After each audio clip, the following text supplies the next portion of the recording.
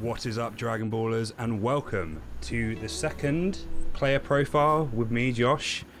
Hope everyone's having a wonderful day today. Today we have the inaugural world champion of Dragon Ball Super CCG, Andrew Dovale. How you doing, friend? Doing great, man. Thanks for having me. Yeah, thanks for taking the time out to do this with us. So, if you haven't seen my other videos for this, we do a short interview segment and then we do a quick game. And we're just putting a spotlight on players that have achieved great things within the game. And yeah, trying to get it out to the community that, you know, if you practice hard, you can get to this kind of level yourself. So without further ado, we'll get into the interview. How did you get into the game or take interest in Dragon Ball Super card game in general? So I started set 2 right when like Cell Chain was a thing. Original Cell Chain. My first deck was the red-green androids, so I was like a little bit into that set with the not the Cell leader but the android leader.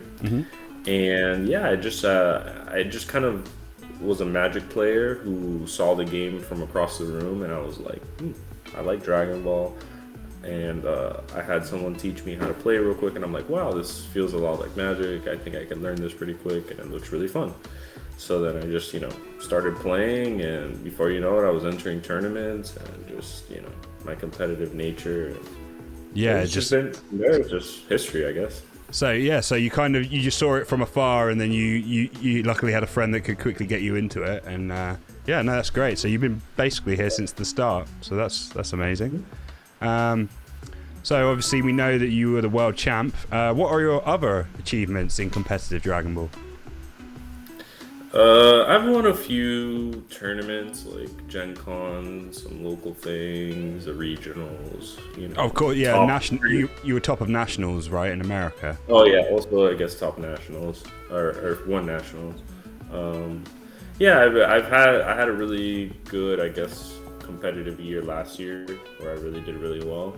But besides that, I've always just been generally topping and just, I used to play the game a lot more for fun. Like I would go to events, but I wouldn't take it too seriously. Like I was never trying to play the best deck. I was trying to like build my own invention.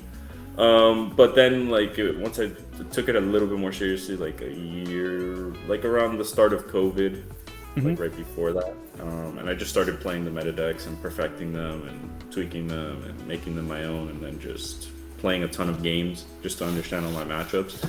And then I started obviously to see more success there. But it's kind of been an evolution of how much I wanted to dedicate towards winning.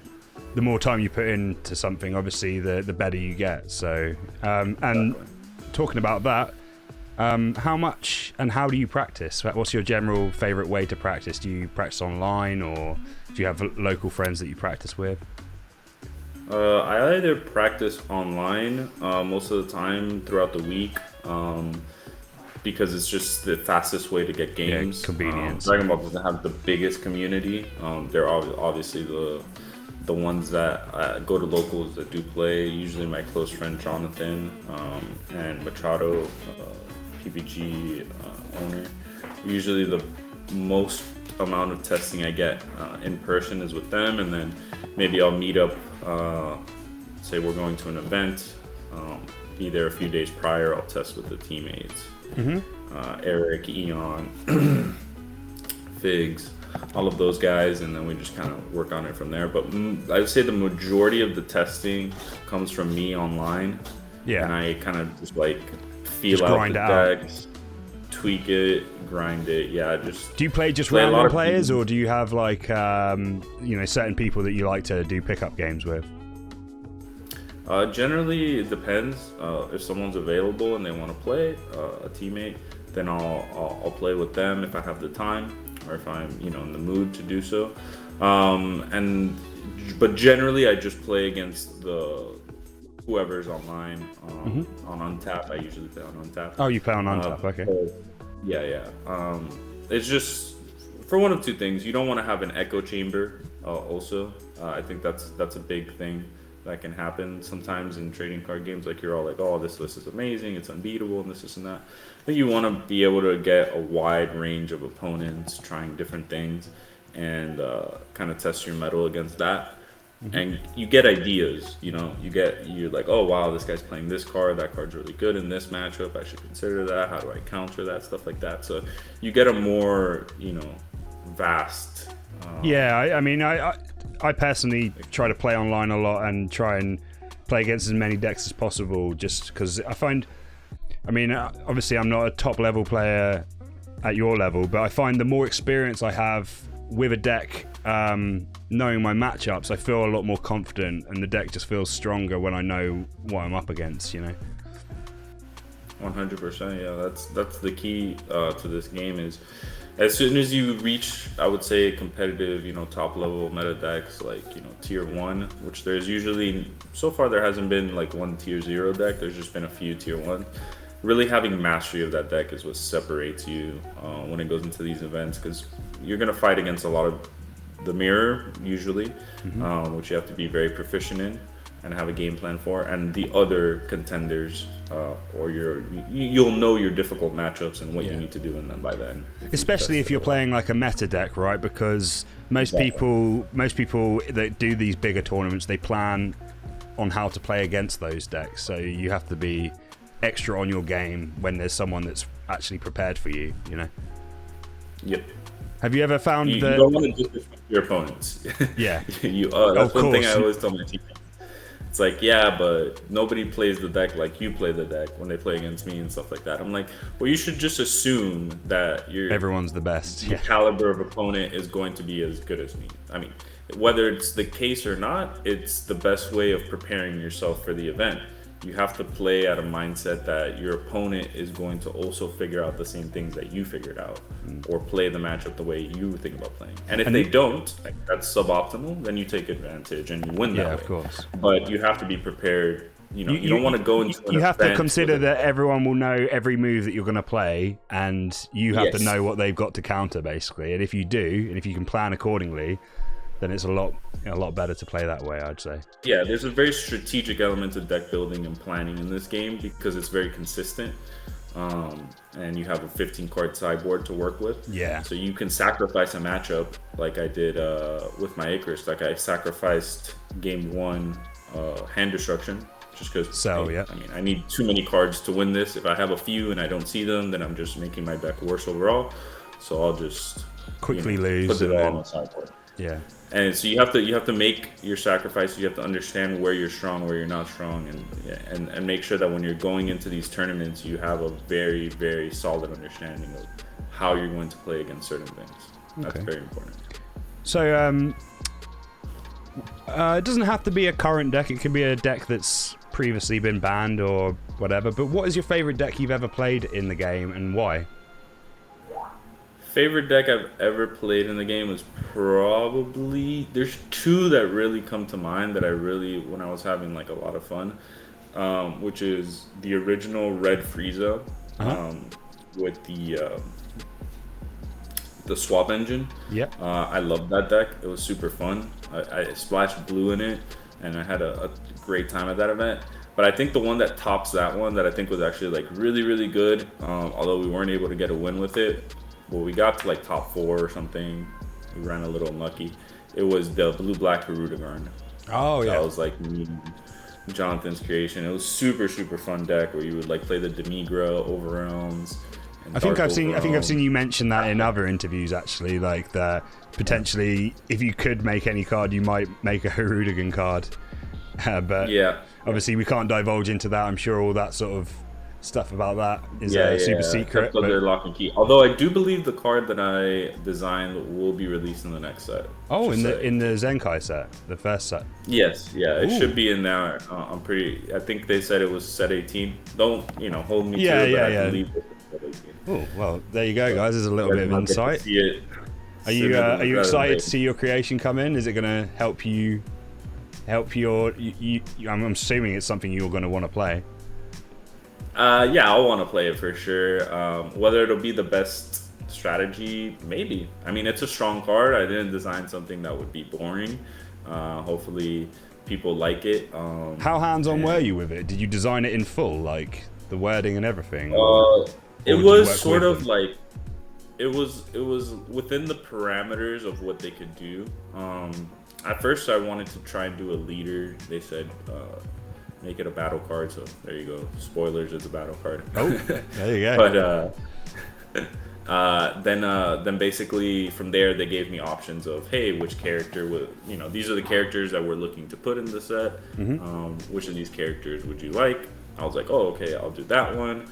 And then from there they're just like, yeah, just give us an idea of a battle card with this character, that knowing your knowledge of the game and knowing how the archetype or how the previous cards with it work makes sense. And then just start designing it. Then I sent them a rough draft. It was a back and forth.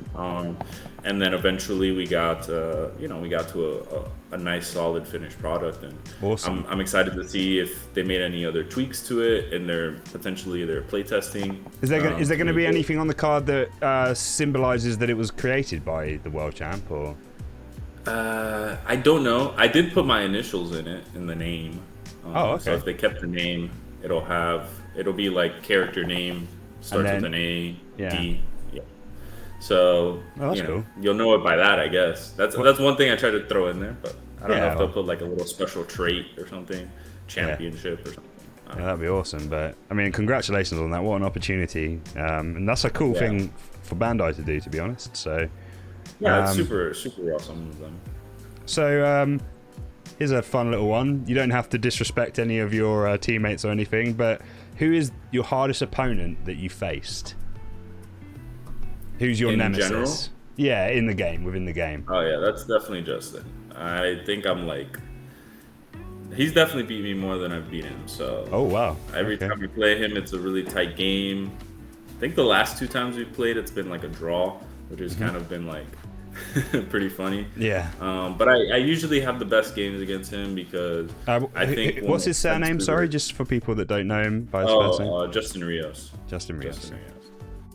Yeah, he's a very, very solid player. Every time I play against him, we have these very, very tight games, and I think it's because we, sort of mirror each other's play style pretty well. We have a very, we kind of, do that same feel out approach, figure out what's going on, and kind of like attack when the time is right. Like we have the games tend to get really, really they devolve very quickly. Yeah, like they get very complex. Yeah, they get very complex. So I always enjoy playing him. It's always a big breathe out at the end of the game when you the relief of it finishing because it's so intense, right? Yeah, I always have very good intense games with him.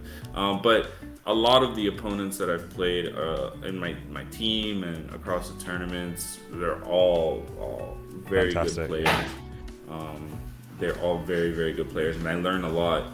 I've learned a lot from coming to these tournaments and taking a loss here and there, and understanding it's like, hey, I need to improve even more. I need to be even more prepared to really have an edge up on these guys because they are great competitors, and they're the same ones that you see top every single event. It's the same people. They're just very dedicated, very good players. If you have the opportunity to play against players like that, then it's the best source of learning, really, isn't it? It's the best way to improve.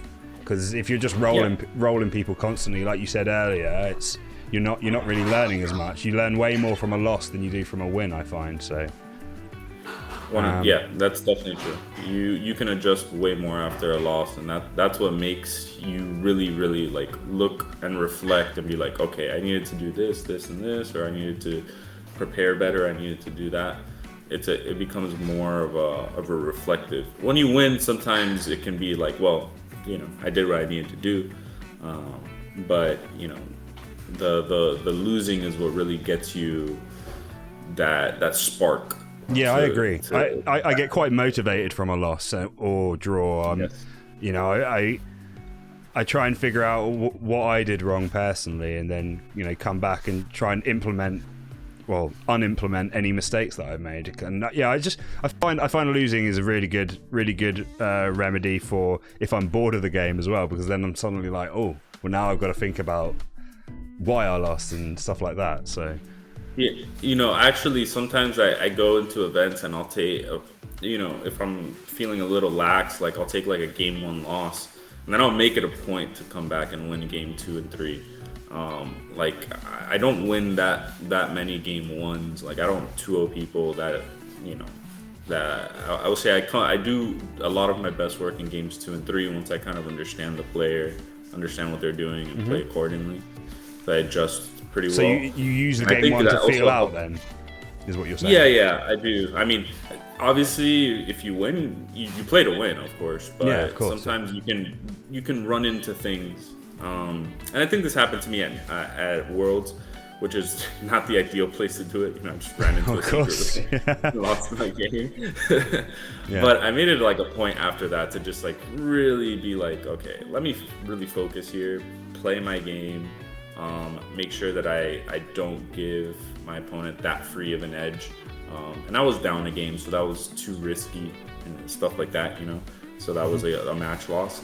But I do want to test my opponent's stamina also. Sometimes that is a weakness of some players that, in a hour-long series, hour and a half long series, they just can't keep their focus throughout the whole time.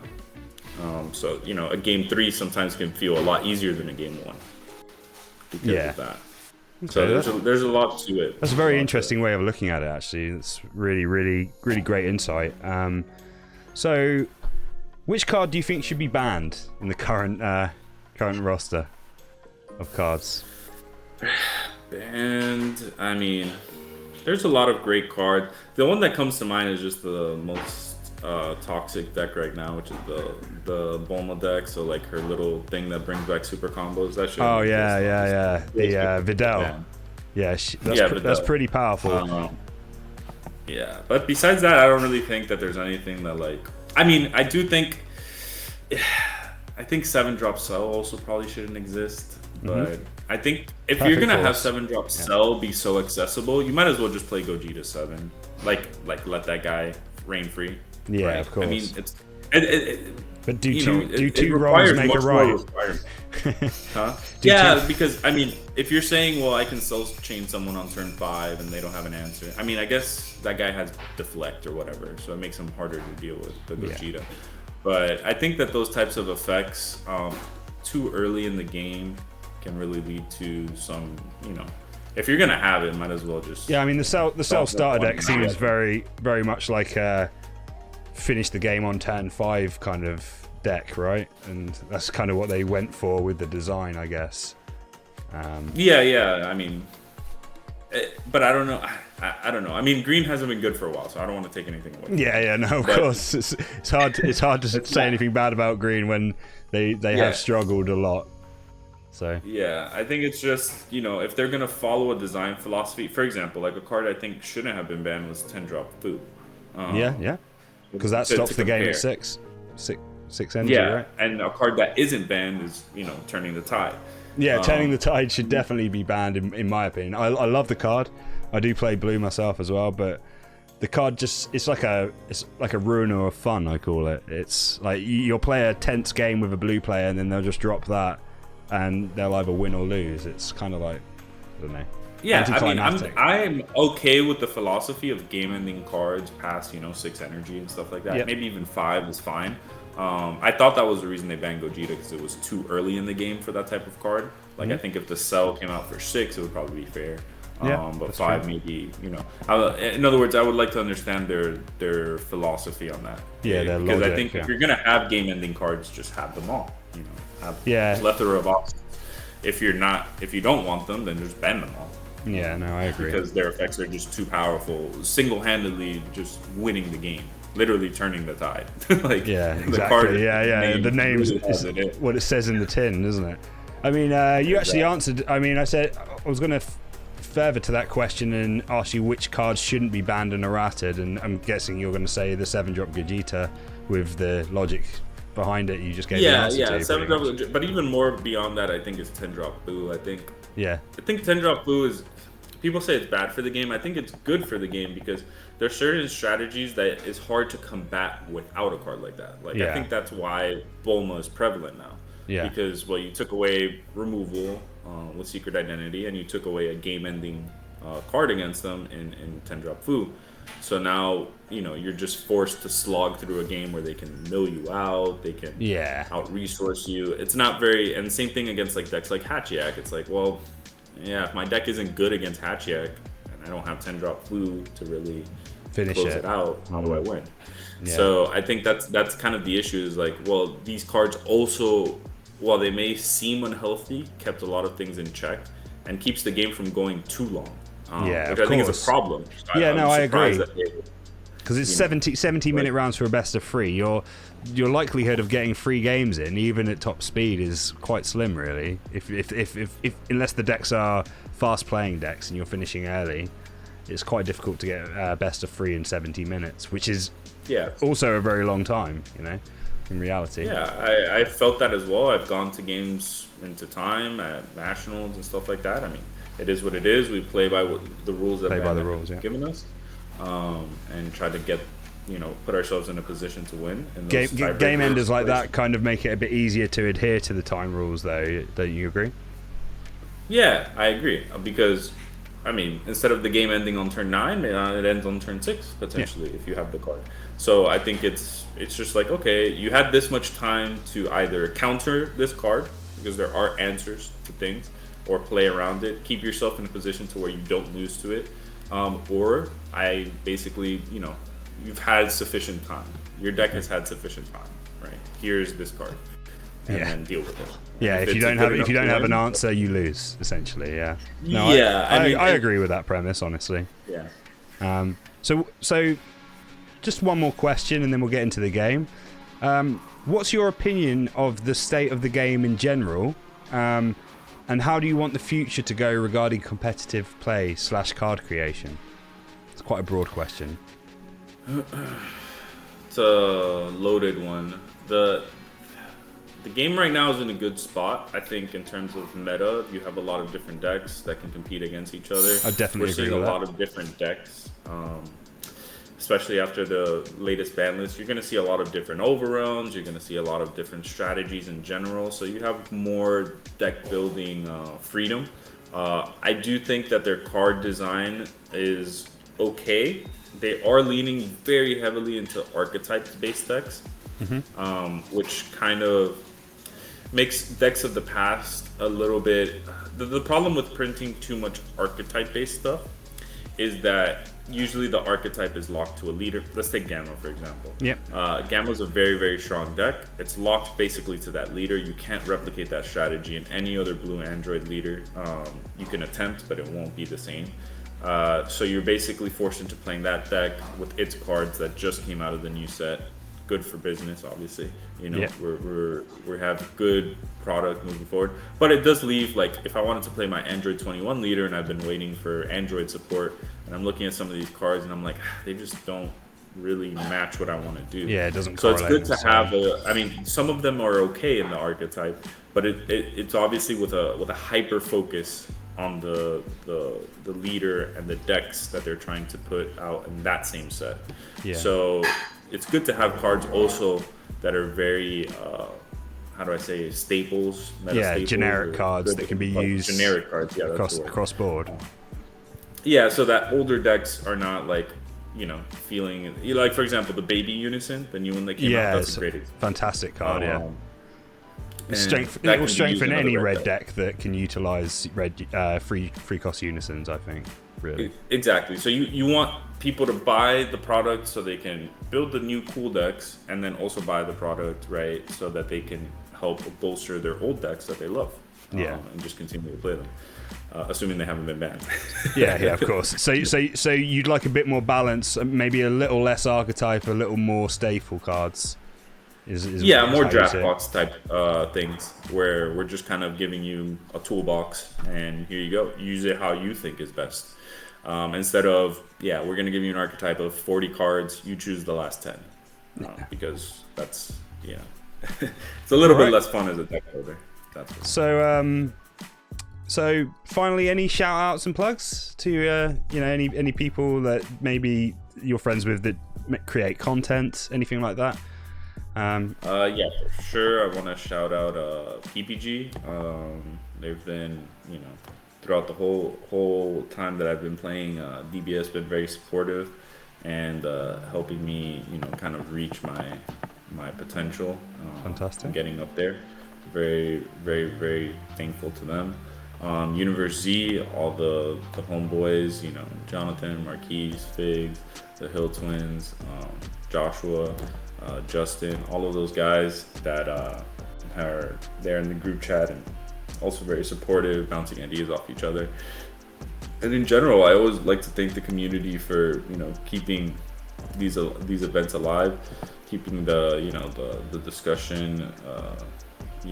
Discussion group is alive. You have. Seems like there's a lot of passion for this game. Yeah, exactly. I was going to say we don't have the biggest community, but we definitely have a very passionate community. Like, people really care about the game. That's important. It's lovely to see, Yeah, that's one of the coolest things. But yeah, those are my shout outs. All right, so thanks a lot for the interview. And yeah, now we're going to go into the game. So a little bit of editing magic. Okay. I'll roll the dice. 4 for me. Do you want me to roll for you as well? Yep. Sure. And you rolled a 7. That's all you, bud. Okay. Actually, I do it. Some dice.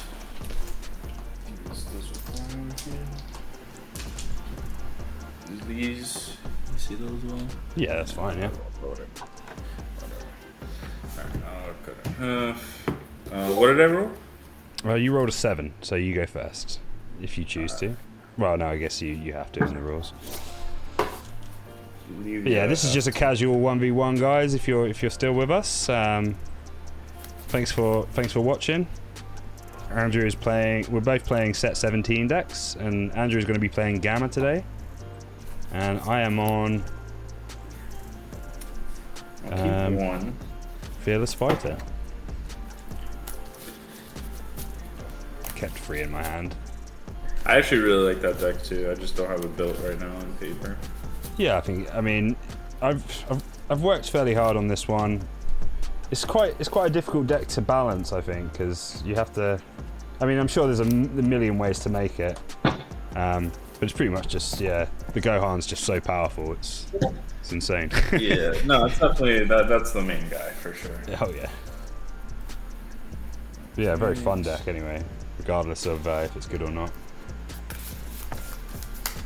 All right. Have fun. Good luck. You too. Let's see. We'll start off by charging that one,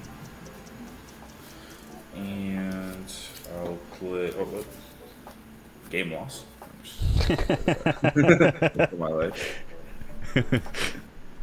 I know you're talking about losing the first game, but that's just like too much. I'll play Android 18. She'll likely look at the top 5 for an Android. Blue or green Android. I'll add a super combo. Not bad. And I'll pass you. Alright. Draw for 10. Charge Forbidden Power. Pay 1 for Vegeta. Plus up. Plus 1. Make him a 10k, and I'll swing at your leader for 10k. Sure. Any combos? Just 10. I'll combo 5. Monkey. No worries. 10k at your leader. Renegades. Auto, draw a card, and then chuck the top 5 for a 1-cost unison. What a great start. 13 1-cost unisons in deck, and I don't hit one. Fantastic. So that's just going to be 10. Combo 5. And I will pass my 10. Alright. I'll charge Android. Let's go ahead and swing at your unison. No negatives. Auto draw. Just that. Yep, down to 1. Pay 2. Do draw monkey. Yep. Here you go. All right.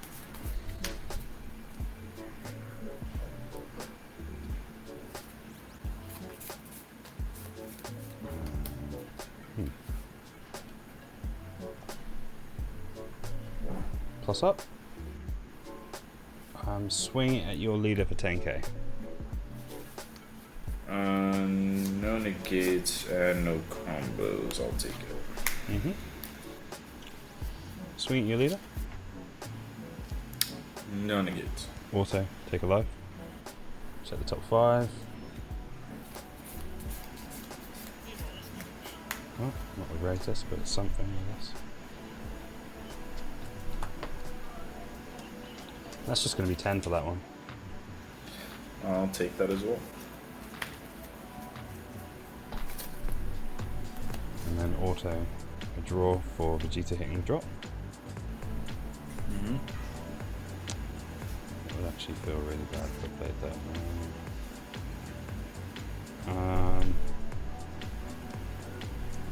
I'm just going to plus to 4 and then pass my 10.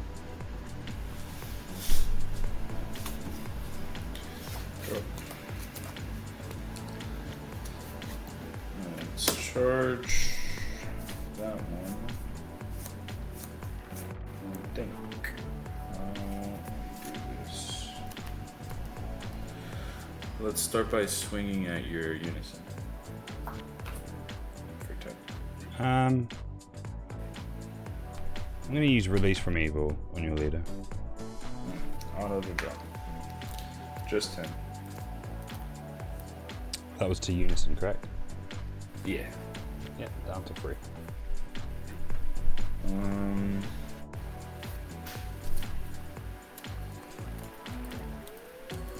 I will pass.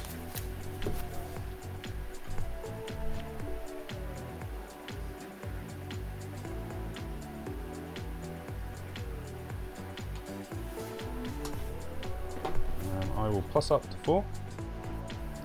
I'll swing 10k at your leader.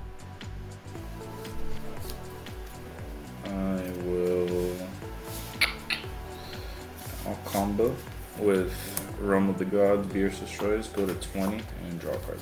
Yep. I'll pay 1 to play Piccolo. Yeah. When Vegeta hits the drop, I draw a card. And I draw a card for the Empower Fruit. Yep. And I'll plus to 4. And I'll swing 15k at your leader. Yeah, that's fine. I'll take it. Just 15. And then 10k at your leader. No negates. Auto, take a life. And I'll check the top 5. Wow. Another whiff. Just what I need in the best of 1.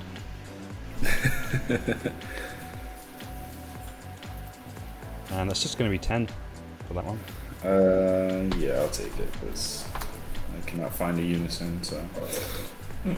Oh well, we're both not finding our unisons.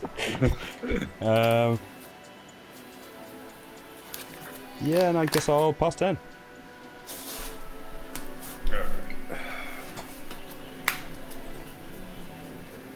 I'll charge this guy. You're at how much life? I'm at 5 life now. 5 life. Okay. I'll swing at your unison. No negates. Just 10. Yep, down to 3 markers. Alright. Let's play Boo for 4. Yep. Or I'll counterplay that. Using Sure. Vegeta. Obviously no effect on Boo, but I just play the unison. Play the block. Auto to draw. Yep. I'll awaken leader. Tap 1, draw.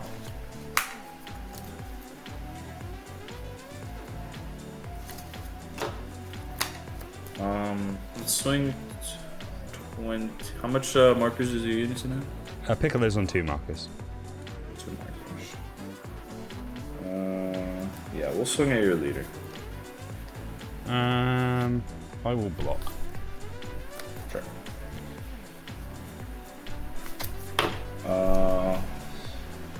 No combo. Just 20. I'll pay 1 to play Android 18 Rebellious Will. Good? Yes, she's fine. Yeah. Okay. I'll leader auto to put an energy in, and then I'll do her auto to look at the top 5. Get rid of that scientist foo immediately. Yep. I'll put this into my energy and put these at the bottom and then shuffle, which is just the same as shuffle. I wonder why they worded it that way. Yeah, doesn't really make much sense, but Does the same job anyway, so it's... And then I will swing at your leader. No negates on that one. Just 15 crit. All around with the gods and drawing. Sure. And with that, I will do the good old gamma end of turn. I'll put these 2 back down. I'll draw this. Let me see what else I want to put down. I think this card.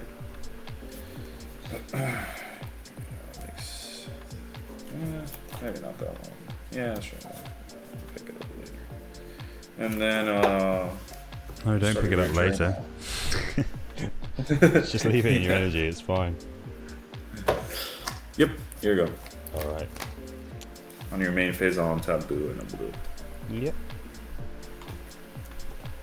I'll plus up on go Piccolo.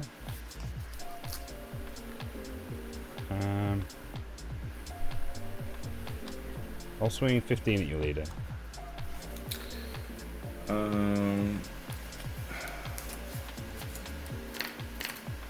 you're gonna want to do that. I think now's a pretty good time for one of these. I'll pay 2. Discard a card. Clear Andrew 50. We'll counter that with tyrannical below. Sure. Negate the skills of your boo unison for the turn. Yep. Swing leader to leader. That is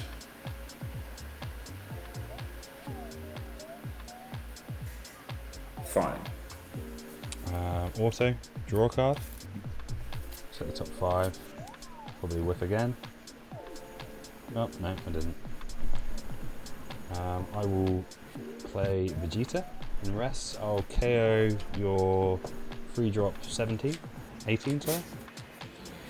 She's dead.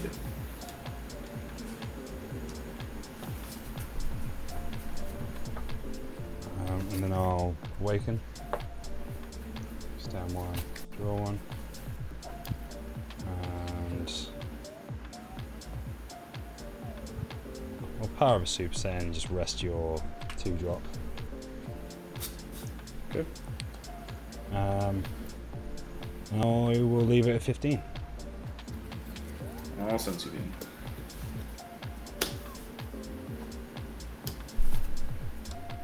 Okay.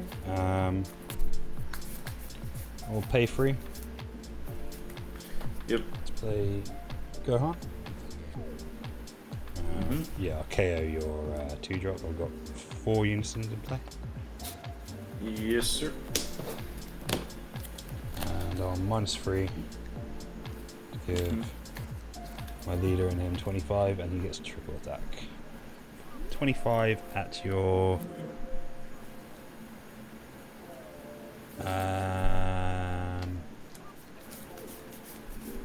leader. Cards in hand is how many? 1, 2, 3, 4, 5, 6, 7, 8. Okay. That's fine. And just 25. Okay. Just the 25. I'll super combo. Yep. Go to 30. Make you bottom deck one. Sure. I just hate it when you don't want to bottom deck any of your cards. Yeah. Okay. I'll swing 25 at your leader again. No negates. Just 25. Oh, super combo again. Make you bottom deck first. I'll Make you do it twice. Yeah, I figured that was coming. Okay. I'll accept a second one. I'll pass my turn. I'll drop. Let's play this into energy. First thing I'll do is draw off of Boo. Yep. 20.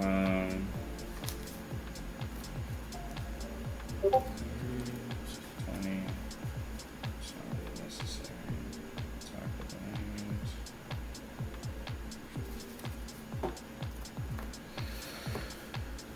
enemies. Let's play Cell. Any response? No response to sell. Alright, I'll play off the top with Gamma. Let's swing Cell at your Unison.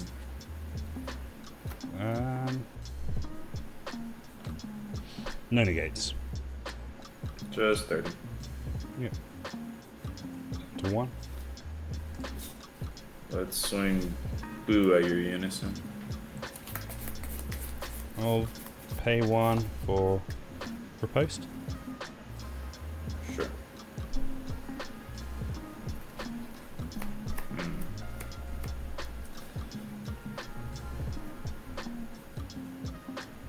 That's fine.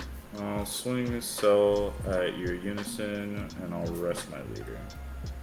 No negates. Just that.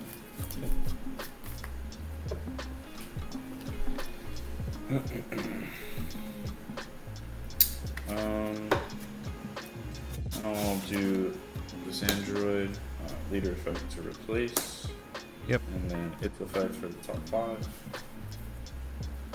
Let's put super combo into energy and put the Cell back into my deck. Or wait, can you do super? Yeah, blue. Yeah.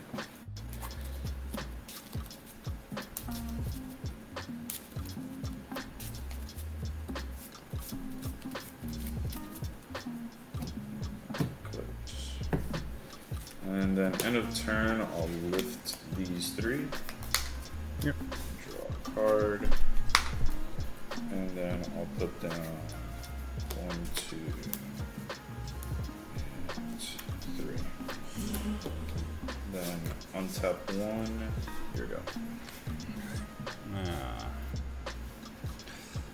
I'm in a really tough spot as far as charging cards. Yeesh. Don't want to do that, but it is what it is. I'm not sure if this is going to land, but it's worth a shot. Pay 2 for Clan of the Mecha Freezer. What does that do? Oh, that's the one that looks at my hand. Yeah, you show me your hand, and then I play a battle card in rest mode. Alright, I'll counterplay with Andrew 18. With the battle again. It doesn't hit the board, right? It does not hit the board, correct? Okay, so It goes to the bottom of your deck. Freezer would stay then, in that case. Yeah. Actually, let me think. Sure. Yeah, I'll counter that with Super 17. So I'll absorb. It's not an auto. Oh, sorry, it's all in the counter. Okay. Yeah, it's just a pure counter. So I'll do that. I'll do that anyway. Sure. Okay, you'll just do it. All right. Yeah. Cool. So I absorb cell. Sure. We'll pretend he's over there. Yeah, I'll just do that. Fortunately, I don't have very many ways to clear him right now. So, 15 at your leader. I'll block. Sure. Draw a card. Just that. Okay. 15 at your leader. I'll boo to bottom deck your android. Oh yeah, of course, yeah. Makes sense. Secret I have misplayed And that. then, yeah, no negates on the attack, but I will.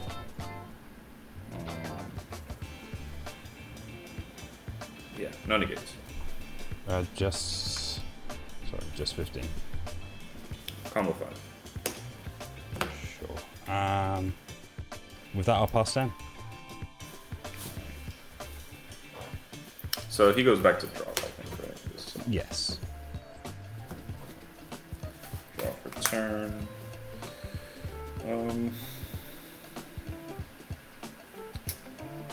Let's charge this. Okay. Maybe, yeah, that should be fine. Take a blue, draw card. Let's start by swinging at your leader. No negates. Just 15. I'll go 25 and I'll rest your 18. Sure. On that rest, I'll play Poutine in response. No, she's fine. Yeah. Just 15. Oh no, you saw at me. 25. Yeah. Let's swing a 15 at your mecha. No negates? Just that. Yeah, he does.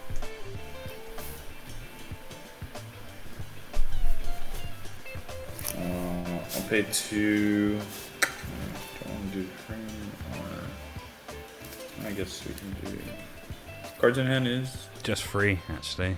Yeah, drain. whiffing early on really messed me up, to be honest. I'll swing at leader. No negates. I'll go 30, make you bottom deck a card.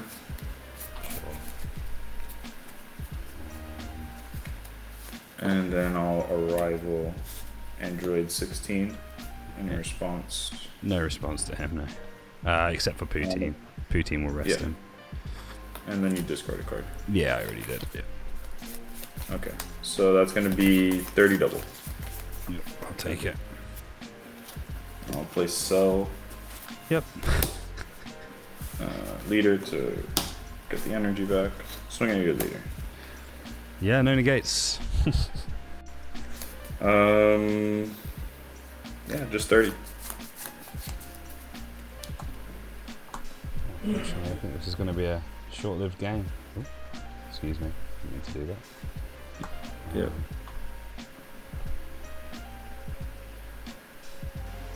35. And then I'll swing again. Oh, well, looks like I will survive one more turn at least. Okay. I'll do leader. Pick up these 3. Yep. Draw. I'll put down 1, 2, 3, and I will untap this and this. Here you go. Sure.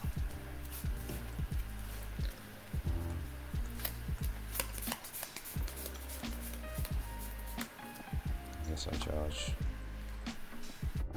Swing it leader.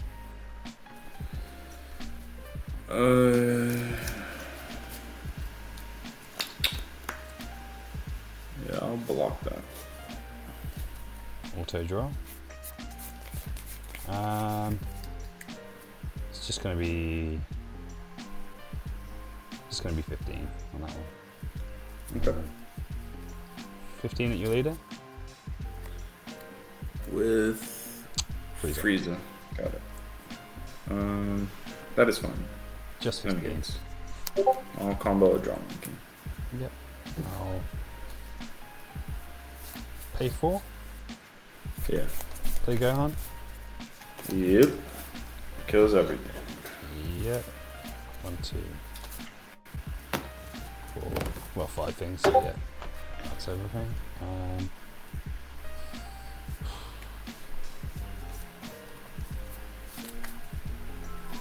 think if I -3, I'll just die next time. How many cards do you have in hand? 9. Yeah, I think I'm dead either way actually. I'll plus up to draw one. Okay. And I'll pass.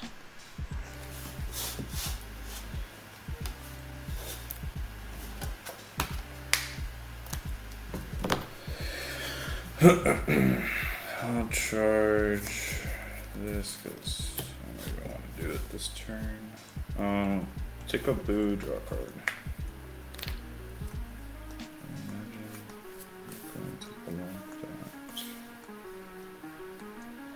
Use power with Super Saiyan.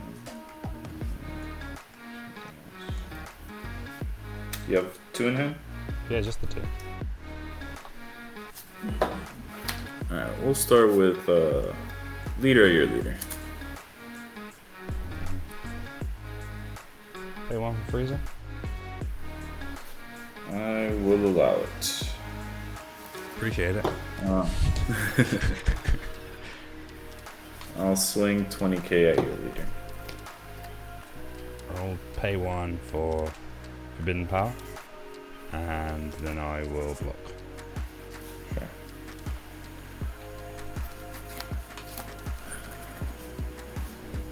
So that only allows me 1 more battle card attack, right? Yeah, and the attack continues, obviously. Yeah, just 20. Yep. Down to 3. I'll play this chick. Yeah, the twins. Any response? Yeah. Poutine will rest it. Okay, and then leader, replace the energy. And then I will play Scientist Food. Sure. Draw 2. You have none in hand, right? Yep, I'm all out. I'll attack, resting this. Sure, no negates. And I will show you a lot of combo power.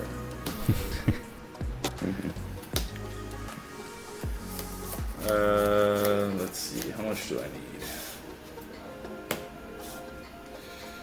I think you can get up to... How many markers is your unit now? I can only get up to 30, 40. So I think you're already good, friend. Alright, we'll go to that much. 30, 45, 50, 60, 70, 75 double strike. I'll activate Spirit Boost to go to 30, 40, and then I die. Unfortunately, Good two game. whiffs early on is bad news for this deck, I find. Or at least the way I built it. I need those draws. Yeah, I that's my one problem with the deck is the front side of the leader doesn't feel the greatest. I do like his backside though. I do think it's very his backside strong. is really good. But yeah, thanks a lot for the game, Andrew. I really appreciate your time taking the effort out. Do you have any quick goodbyes before we turn the recording off? Yeah, man. Just thank you for having me. Shout out to the I see you with Deck Planet. I definitely use them to build my decks and stuff. So shout out to the work you guys do there. The best Deck Planet website there is. There is. It's true. The other people should follow suit. Oh yeah. If only they were as good. So yeah, that just shout out to you guys, and I already gave my shout outs to my friends and stuff. Yeah, of course. So yeah, thanks again for watching, guys. It's been a lot of fun. Yeah, it's been great, Andrew, and hopefully we can play again soon. But yeah, no. Thanks for coming along, and yeah, we'll see you guys next time.